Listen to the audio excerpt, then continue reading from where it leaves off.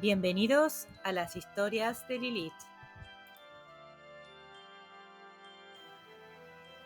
Bienvenidos a todos a un capítulo más de Aquí vive el horror. Esta historia aterradora donde George y Kathy están viviendo momentos espeluznantes. Veamos cómo continúa.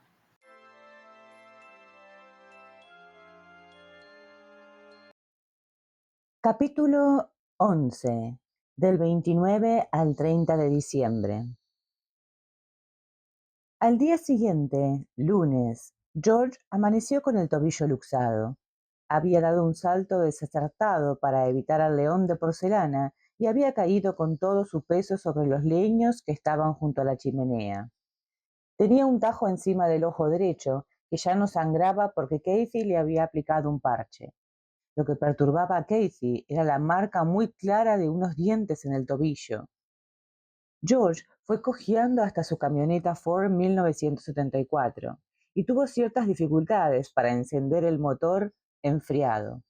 Con temperatura bajo cero, George ya sabía que podía enfrentar problemas de carburación, pero finalmente logró poner en marcha el motor y atravesó la isla en dirección a Syosset. La primera tarea que se había impuesto era cubrir el cheque extendido en favor de la Astoria Manor. Esto significaba retirar fondos de la cuenta de William E. Parry Inc., la compañía inmobiliaria en la que trabajaba. En mitad del camino a Syosset, en la carretera Sunrise, George percibió un ruido sordo en la parte de atrás del vehículo. Se paró a un lado de la ruta y examinó la cola de la camioneta. Uno de los paragolpes se había aflojado y había caído. George quedó asombrado. Un percance como este solo podía ocurrir, en el peor de los casos, cuando los paragolpes están viejos y gastados. Pero este vehículo solo tenía 30.000 kilómetros. Se sentó de nuevo al volante y decidió reemplazar la pieza en cuanto llegara a Amityville. Después de que George se fuera esa mañana, la madre de Casey telefonó para decir a su hija que había recibido una tarjeta de Jimmy y Carrie desde las Bermudas. ¿Por qué no me traes los chicos a casa? El auto de Jimmy seguía en la senda de entrada a la casa, pero Casey no tenía ganas de salir. Dijo que tenía mucha ropa que lavar y que George y ella le harían una visita probablemente para Año Nuevo. Por el momento no tenían proyectos e iba a tratar el asunto con George en cuanto éste volviera. Casey colgó y echó una mirada en derredor, un poco desorientada y sin saber qué había que hacer en ese momento. La sensación opresiva del día anterior no la había abandonado. Tenía miedo de quedarse sola en la cocina o bajar hasta el lavador del sótano.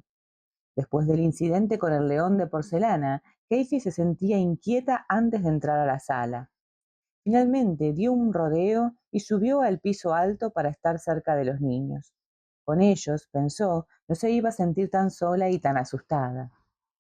Casey echó una mirada a Missy en su dormitorio y a Danny y Chris antes de ir a su cuarto y echarse en la cama. Ya había estado dormitando desde hacía unos 15 minutos cuando oyó unos ruidos que provenían del cuarto de costura del otro lado del pasillo. Se oían ruidos como los que hace una persona cuando abre y cierra una ventana.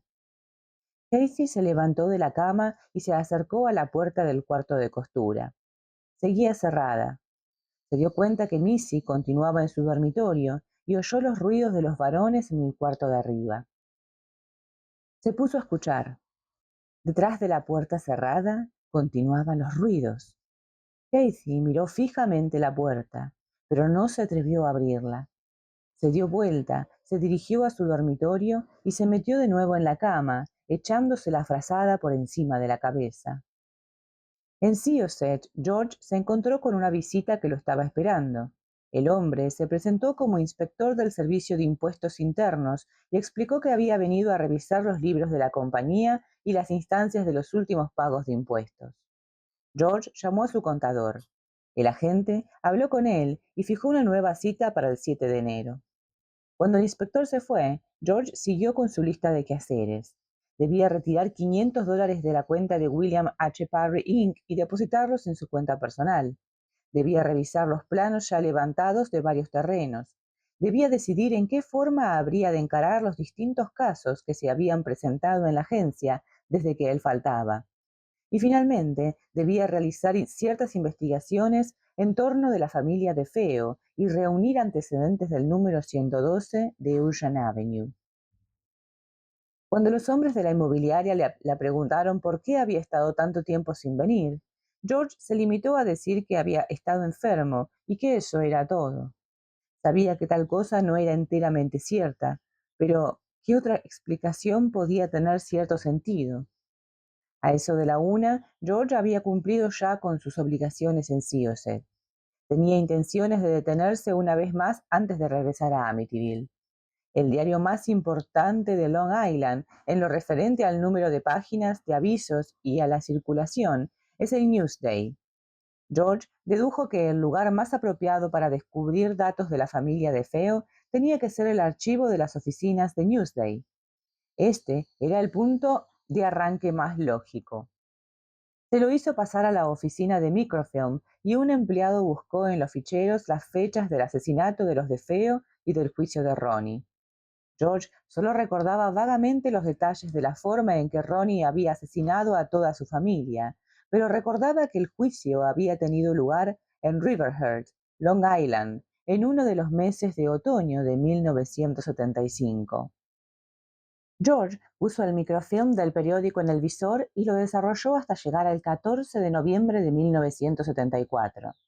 Una de las primeras cosas que notó fue una fotografía de Ronnie DeFeo, tomada en el momento de su arresto, la mañana siguiente al día en que se encontraron los cuerpos baleados en el número 112 de Eugene Avenue.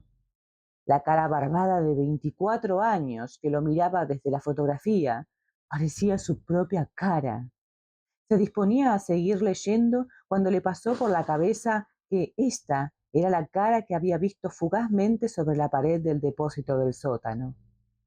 Los primeros artículos contaban la forma en que Ronnie había concurrido a un bar cercano a su casa y había pedido auxilio, diciendo que alguien había matado a sus padres y a sus hermanos. Ronald DeFeo volvió a su casa con dos amigos y allí se encontró con Ronald padre, de 43 años, Louis, de 42, Allison, de 13, Don, de 18, Mark, de 11 y John, de 9. Todos estaban en sus camas, baleados por la espalda. El relato contaba que, en el momento de la detención de DeFeo la mañana siguiente, la policía de Amityville declaró que los móviles del crimen habían sido una póliza de seguros de vida por $200,000 y una caja fuerte llena de dinero que los señores DeFeo tenían oculta en un armario del dormitorio. Este último punto explicaba que cuando se reunió el personal y los elementos requeridos, el juicio hubiera caído bajo la competencia de la Suprema Corte del Estado de Riverhead. George insertó otro microfilm con una información día a día del juicio de 3 semanas, de septiembre a noviembre. La información incluía acusaciones a la policía por procedimientos brutales en la obtención de la confesión de Ronnie DeFeo y continuaba con las imágenes del abogado William Weber, quien hacía subir al estrado de los testigos a médicos psiquiatras que respaldaban su alegato de la supuesta insana de Ronnie. Sin embargo, el jurado llegó a la conclusión de que el joven estaba en sus cabales y era culpable de asesinato. Después de imponer una sentencia de 6 cadenas perpetuas consecutivas, el juez de la Suprema Corte Estatal, Thomas Alk, calificó la matanza como un crimen atroz, abominable y horrendo. George salió de la oficina del Newsday pensando en el informe del juez de turno, quien había fijado las 3:15 de la mañana como la hora de la muerte de los DeFeo. Este era el momento exacto en que George se había despertado por las noches, desde que ellos se habían mudado de la casa. Tenía que contarle esto a Katie. George también pensó que tal vez los DeFeo habían utilizado el cuarto rojo del sótano como un escondite secreto para guardar su dinero. Mientras manejaba de vuelta a Amityville, George estaba tan absorto en sus pensamientos que no notó, ni siquiera oyó, que la llanta de la rueda izquierda bailoteaba. En el momento en que se había detenido por una luz roja en la ruta 110, otro auto se le había puesto al lado. El conductor había abierto la ventanilla de la derecha, había sonado la bocina y le había gritado que una de las ruedas estaba floja. George bajó del auto y examinó la rueda. Todos los pernos estaban flojos. George pudo comprobar que los podía mover fácilmente con los dedos. Como tenía las ventanillas cerradas, solo había oído vagamente el bamboreo y, enfrascado en sus pensamientos, no se le había ocurrido bajar a ver. ¿Qué diablos estaba ocurriendo? En primer lugar, se había desprendido el paragolpes. Ahora ocurría esto. Alguien habría estado jugando con la camioneta. Tanto él como Casey podían muy bien romperse la crisma si la rueda se desprendía mientras el auto marchaba a cierta velocidad. George se sintió aún más enfadado y contrariado al echar una mirada a la manija del gato que estaba en la parte de atrás del vehículo. Había desaparecido. Se vio obligado a ajustar los pernos con la mano hasta el momento de llegar a una estación de servicio. Pero entonces iba a ser demasiado tarde para realizar nuevas indagaciones en torno de los antecedentes del 112 Ocean Avenue. Ese martes, el padre Mancuso ya no pudo pasar por alto las manchas rojas que cubrían las palmas de sus manos, ni el intenso dolor que sentía al tocarlas. Aunque el médico le había dado unas inyecciones antibióticas, no había podido vencer al segundo ataque de gripe. La temperatura seguía siendo alta y los dolores en el cuerpo parecían intensificados y aumentados 100 veces más. El día anterior, lunes, el padre Mancuso había supuesto que la rubicundez de las palmas de sus manos era nada más que una nueva manifestación de la enfermedad. Cuando el peculiar color y la extrema sensibilidad permanecieron sin decrecer y se le volvió doloroso levantar cualquier objeto con las manos, el padre Mancuso empezó a inquietarse seriamente. Al día siguiente, la Sociedad de Historiadores de Amityville brindó a George unas interesantes informaciones, en especial las referentes a la locación de su casa. Al parecer, los indios Shinnecox habían utilizado terrenos sobre el río Amityville para reunir en ellos a los enfermos, los locos y los moribundos. Estos desdichados serán acorralados hasta que morían de inanición. Sin embargo, el informe observaba que los Shinnecox no habían usado esta zona para enterrar a sus muertos, pues creían que estaba invadido por malos espíritus. Nadie sabía exactamente por cuántos siglos habían actuado de este modo los Shinnecox, pero a fines del siglo XVII los colonos blancos desalojaron a los americanos originarios de la región, haciéndolos retroceder de esa parte de la isla. Hasta la época actual, los indios Shinnecox siguen siendo propietarios de terrenos y de tiendas en el extremo oriental de la isla. Uno de los colonos más notables entre los que llegaron al pueblo recién llamado Amityville en esos días fue John Catchum o Ketchum, quien se había visto forzado a irse de Salem, Massachusetts, por sus prácticas de brujerías. John estableció su residencia a unos 150 metros del sitio que ocupaba actualmente George y continuó practicando sus ritos diabólicos, según se dijo. El informe sostenía asimismo que John estaba enterrado en los alrededores del extremo noreste de la propiedad. De acuerdo con el catastro local, consultado por George, la casa del número 112 de Eugene Avenue había sido edificada en 1928 por un señor Monaghan. Había sido propiedad de varias familias hasta el año 1965, cuando los de Feo se la compraron a los Riley. Sin embargo, pese a todo lo que había leído en los últimos 2 días, George no había adelantado absolutamente nada en la solución del problema, que consistía en descubrir el uso del misterioso cuarto rojo o la persona que lo había hecho. No había ninguna constancia de mejoras realizadas en la casa que mencionara el añadido de un cuarto en el sótano. Era la penúltima noche del año. Los Lutz se habían acostado temprano. George había pasado por el cuarto de costura, buscando a Casey, tal como lo había hecho la noche antes, al volver de las oficinas del Newsday. Esas 2 noches las ventanas habían estado cerradas y con traba. Un poco antes, la pareja había hablado de los descubrimientos que había hecho George sobre la historia de la propiedad y la casa. George había preguntado nerviosamente a Casey, ¿crees que la casa está embrujada? No es posible, había contestado George. No creo en fantasmas. Por otra parte, todo lo que ha ocurrido aquí debe tener una explicación lógica y científica. No estoy tan segura. ¿Qué me dices del león? ¿Qué dices tú de eso? Preguntó George. Antes de hablar, Casey echó una mirada a la cocina donde estaban sentados. Bueno, ¿qué te parece lo que sentí en esas dos ocasiones? Te lo dije, sentí que me estaban tocando. George se puso de pie, desperezándose. Vamos, vamos, querida, estás imaginando cosas. Tendió una mano hacia la mano de ella.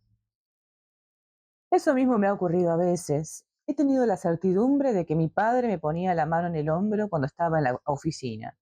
Hizo levantar a Casey de su silla. He tenido la certeza de que estaba a mi lado. A muchos les ha pasado. Pero creo que le llaman clarividencia o algo parecido. Cada uno tenía los brazos puestos sobre la cintura del otro, cuando George apagó las luces de la cocina. Pasaron por el cuarto de estar en su camino a las escaleras. Casey se detuvo. Podía distinguir al león agazapado en la oscuridad del cuarto. George, creo que tendríamos que seguir con nuestras meditaciones. Empecemos de nuevo mañana. ¿Te parece bien?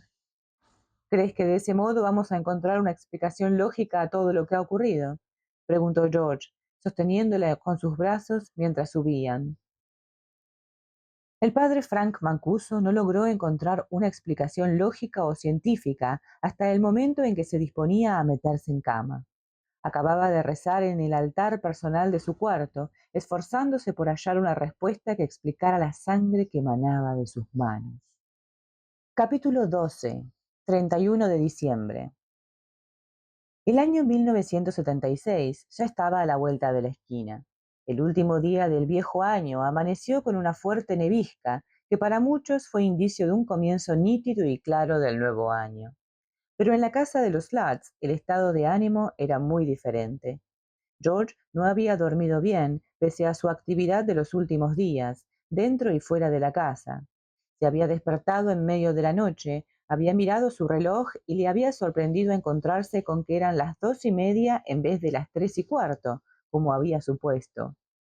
George había vuelto a despertarse a las 4:30, había visto que la nieve empezaba a caer y había tratado de retomar el sueño arropándose en sus abrigadas cobijas. Sin embargo, después de revolverse cierto tiempo, no logró dar con una postura cómoda. Casey, en medio de su sueño, era presa de una inquietud que la hacía rodar y chocar a George, empujándolo hacia el borde. Él, enteramente despierto, evocaba visiones de secretas guaridas de dinero que descubría en uno u otro punto de la casa y que resolvían todos sus problemas de finanzas. George se estaba sintiendo apretado por la presión de las cuentas que aumentaban, por la casa que acababa de comprar y por las actividades de la agencia, donde muy pronto iba a tener que enfrentar un déficit muy serio cuando hubiera que pagar los salarios. Todo el dinero con que contaban Casey y él había sido comido por los gastos de la escritura, una vieja cuenta de combustible y la compra de lanchas y motocicletas. Ahora acababa de recibir el último golpe, una investigación de sus libros y del pago de réditos por el servicio de rentas internas. No era sorprendente que George soñara con una solución mágica y simple que lo sacara del berenjenal en que se había metido. Hubiera querido encontrar el dinero de Jimmy. Los $1,500 habrían sido un salvavidas. George se puso a contemplar los copos de nieve que caían. Había leído un artículo en el diario que se refería a la floreciente situación económica del señor DeFeo, quien habría contado con una sustanciosa cuenta bancaria y un excelente empleo, muy bien remunerado, en una agencia de automotores que era propiedad del padre de su mujer. George había examinado el placar del dormitorio y había descubierto el escondrijo secreto del señor DeFeo bajo el marco de la puerta. La policía lo había descubierto por primera vez en el momento del arresto de Ronnie, y el lugar estaba ahora vacío. No era nada más que un agujero en el piso. George hubiera querido saber en qué otro lugar habrían escondido los de Feo parte de su dinero. El embarcadero. George se incorporó en la cama. Tal vez había habido un sentido oculto en la fuerza que lo arrastraba allí todas las noches. Habría algo, alguna cosa que lo arrastraba allí. ¿Acaso el muerto que lo azuzaba para que buscara allí su fortuna? George estaba desesperado, y la prueba era que empezaba a acariciar esas ideas demenciales. Pero ¿qué otra explicación podía haber de esa fuerza que lo forzaba a bajar al embarcadero noche tras noche? A las 6:30, George cedió al fin y se levantó de la cama. Ya sabía que no iba a dormir más esa mañana, de modo que salió sigilosamente del cuarto, fue a la cocina y se preparó una taza de café. Todavía estaba oscuro a esa hora, pero podía ver la nieve que empezaba a acumularse cerca de la puerta de la cocina. Vio una luz en la planta baja de la casa vecina. Tal vez el dueño tenía como él problemas de dinero y no podía dormir, pensó George. George se dio cuenta de que no iba a ir a su oficina ese día. Era el último día del año y de todos modos todos se retirarían temprano. Bebió su café y proyectó hacer una excursión al embarcadero y al sótano en busca de indicios. Luego empezó a sentir el frío que reinaba en la casa. El termómetro descendió bruscamente entre las 12 de la noche y las 6 de la mañana, pero en ese instante eran ya casi las 7 y la temperatura no aumentaba. George entró en la sala y puso un poco de carbón y papeles en la chimenea. Antes de encender el fuego, notó que la pared de ladrillos estaba ennegrecida por el hollín que se había acumulado a consecuencia de sus continuas e innumerables fogatas. Un poco después de las 8, Casey bajó con Missy. La niña había despertado a su madre profiriendo gritos de placer. ¡Mamá, la nieve! ¿No es preciosa? Hoy quiero salir y jugar en el trineo. Casey preparó el desayuno de su hija, pero ella no pudo probar bocado y se limitó a una taza de café y un cigarrillo. George tampoco tenía ganas de comer y solo tomó una taza de café, que él mismo debió de ir a buscar a la cocina, ya que Casey no quería pasar por la sala y le dijo a George que tenía un fuerte dolor de cabeza. Casey tenía miedo al león de porcelana y albergaba intenciones de librarse de él antes de que terminara el día. Pero el fuerte dolor de cabeza no era inventado. A eso de las 9, George había logrado encender un crepitante fuego en la chimenea. A las 10 seguía nevando. Casey advirtió a George, gritando desde la cocina, que una emisora local había vaticinado que el río Amityville iba a estar totalmente congelado al fin de la tarde. George, de mala gana, se levantó de su asiento junto al fuego, se abrigó, se puso las botas y salió en dirección al galpón de los botes. No había tenido bastante plata para retirar su barco del agua y tenerlo guardado durante el invierno. Si el río se congelaba, el hielo iba a romper la quilla, pero él ya estaba preparado para un accidente de esta clase. La madre de George le había regalado su compresor de pintura y George había hecho agujeros en la manguera de plástico. Echó la manguera al agua junto al bote y puso en marcha el compresor. De este modo, las burbujas que se formaban impedían que el agua dentro del embarcadero pudieran congelarse. Durante toda esa mañana el padre Mancuso se estuvo mirando las manos. Las palmas, que habían empezado a sangrar la noche antes, estaban secas ahora, pero las ampollas enrojecidas, irritadas, no se habían ido. La fiebre también se mantenía en 39 y algo. Cuando el párroco pasó a verlo, el padre Mancuso prometió que se iba a quedar en casa el resto del día. El sacerdote no mencionó lo que le estaba ocurriendo con las manos, que mantuvo dentro de su robe de chambre todo el tiempo que el pastor estuvo en sus habitaciones. El padre Mancuso pensó en estos estigmas, en estas marcas parecidas a las heridas en el cuerpo crucificado de Cristo, y que se decía se dibujaban sobrenaturalmente en los cuerpos de los santos. Contempló la repulsiva erupción y sintió cólera. El sacerdote estaba preparado a dar a Dios todo lo que éste solicitara, pero si había que sufrir de este modo, pensó finalmente, habría preferido sufrir por la humanidad. Con toda su educación, experiencia, devoción y capacidades como juez y psicoterapeuta, podía haber esperado algo menos trivial que una casa en Amityville. Junto con su ira, que aumentaba, también se intensificaba el ardor en las palmas. Decidió rezar, solicitando alivio, y mientras el padre Mancuso pedía alivio, la concentración en sus propias desdichas disminuyó. La dureza de las manos crispadas se aflojó notablemente. extendió los dedos y se contempló las llagas. El sacerdote suspiró y se arrodilló en su altar privado para dar las gracias a Dios. Más entrada la tarde, Danny y Chris amenazaron por segunda vez con irse de la casa. La primera vez había ocurrido cuando vivían en la casa de Deer Park. George los había confinado a sus dormitorios durante una semana porque los niños habían estado diciendo unas mentiritas. Los niños se habían rebelado contra las autoridades del padrastro. Los dos se negaron a obedecerlo y amenazaron con escaparse si los obligaban a renunciar a la televisión. Al llegar a este punto, George tomó el toro por las astas y dijo a Danny y a Chris que podían irse si no les gustaba la forma en que él dirigía la casa. Los dos muchachos tomaron sus palabras al pie de la letra. Empaquetaron todas sus posesiones, juguetes, ropas, discos y revistas, en frazadas enrolladas, y bajaron los grandes bultos hacia la puerta de entrada. Cuando ya estaban a mitad de la cuadra, haciendo un desesperado esfuerzo por moverse con los pesados bultos, un vecino los divisó y logró hacerles desistir de su empresa. Por un cierto tiempo, los niños habían dejado de lado esta comedia, pero ahora acababa de producirse una nueva explosión. Casey, al oír gritos de pelea, subió al dormitorio y se encontró con los dos muchachos sobre una de las camas. Chris estaba montado sobre el pecho de Danny, dispuesto a dar cuenta de su hermano mayor. En la otra cama estaba sentada Missy, con una amplia sonrisa en su carita y batiendo palmas por la excitación. Casey separó a los dos muchachos. ¿Cómo se atreven?, gritó. ¿Qué les pasa a los dos? ¿Se han vuelto locos? Missy intervino con su delicada vocecita. Danny no quiso limpiar el cuarto, como tú le dijiste que lo hiciera. Casey miró severamente al niño. ¿Por qué no, jovencito?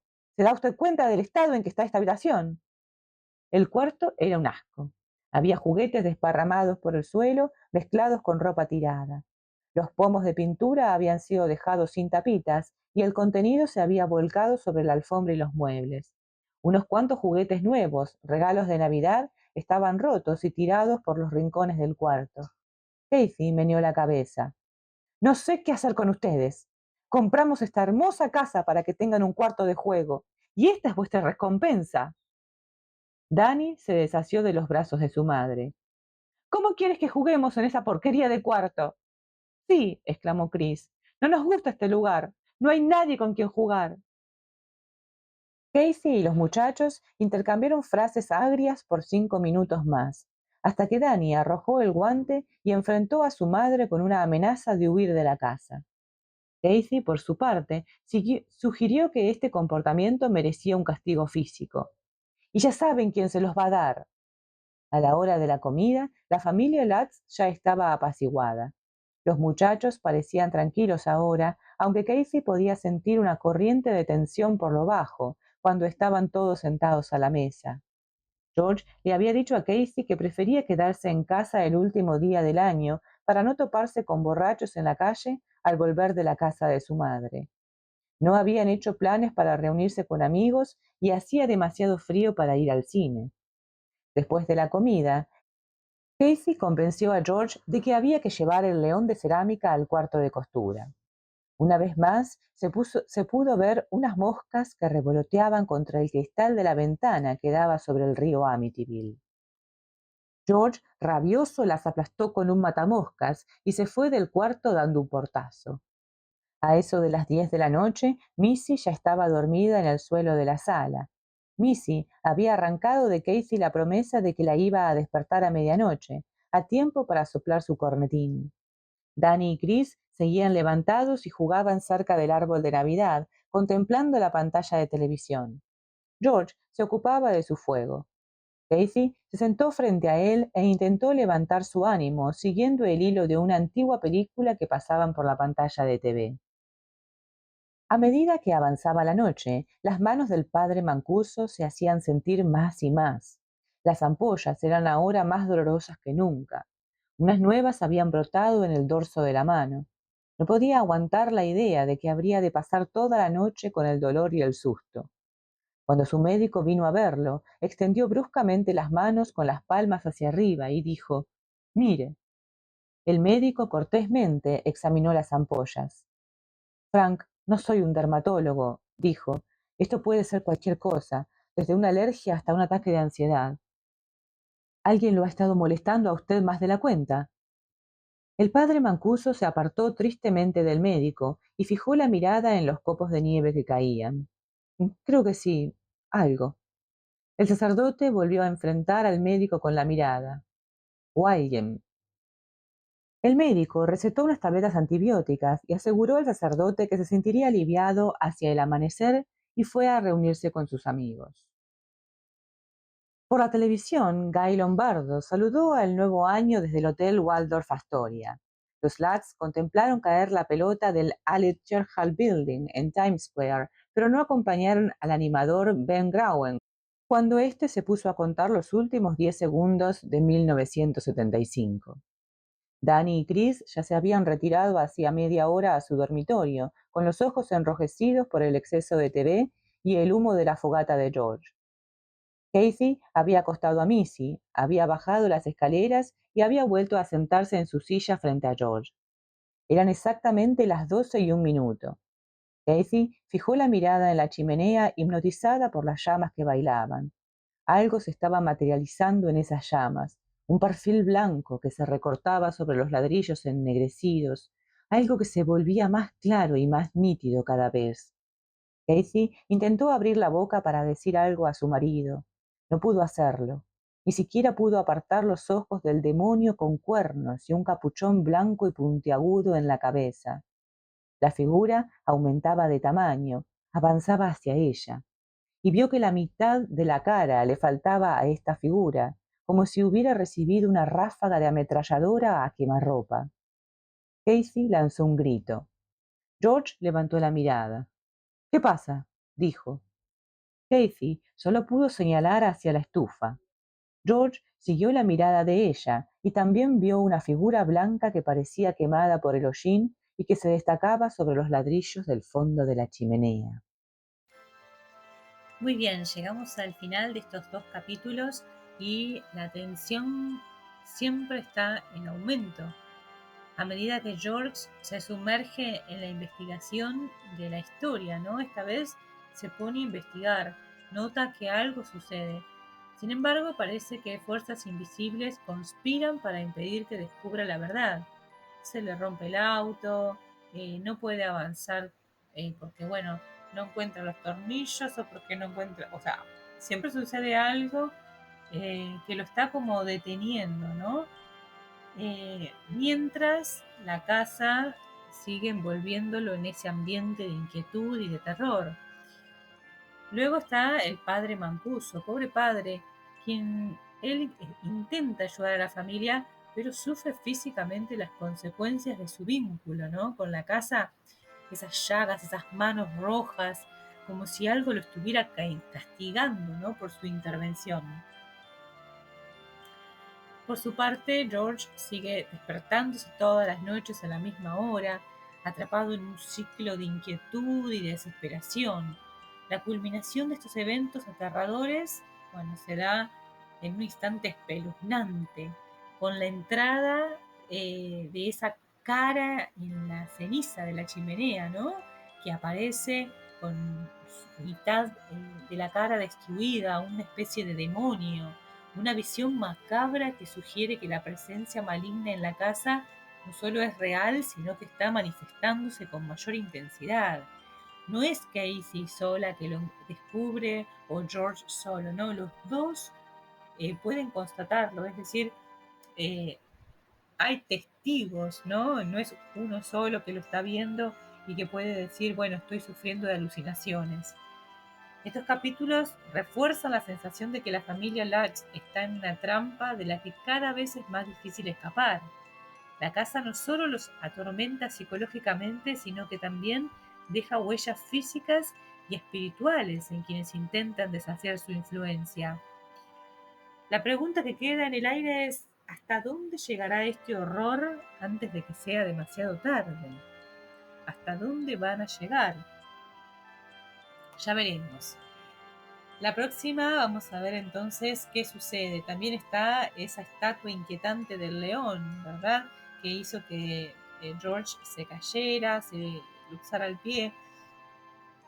muchas cosas interesantes, ¿verdad? En esta casa macabra. Ya veremos. Sobre todo me interesa a mí el padre Mancuso, porque está realmente muy involucrado. Fíjense que él no volvió a molestar, digamos, no volvió a la casa, no volvió a llamar. Sin embargo, eh, algo tiene que ver porque la casa lo rechaza de una manera tan insistente, ¿no? Bueno, si les gustó este capítulo, los invito como siempre a dejar like, a suscribirse y también a compartir este capítulo y todos los demás. Tienen una lista de reproducción donde están todos los capítulos para que puedan volver para atrás o, bueno, o recomendársela a alguna persona. Les agradezco de todo corazón que estén apoyando este canal, que, bueno, que escuchen hasta este momento y nos vemos la próxima. Cuídense mucho, adiós.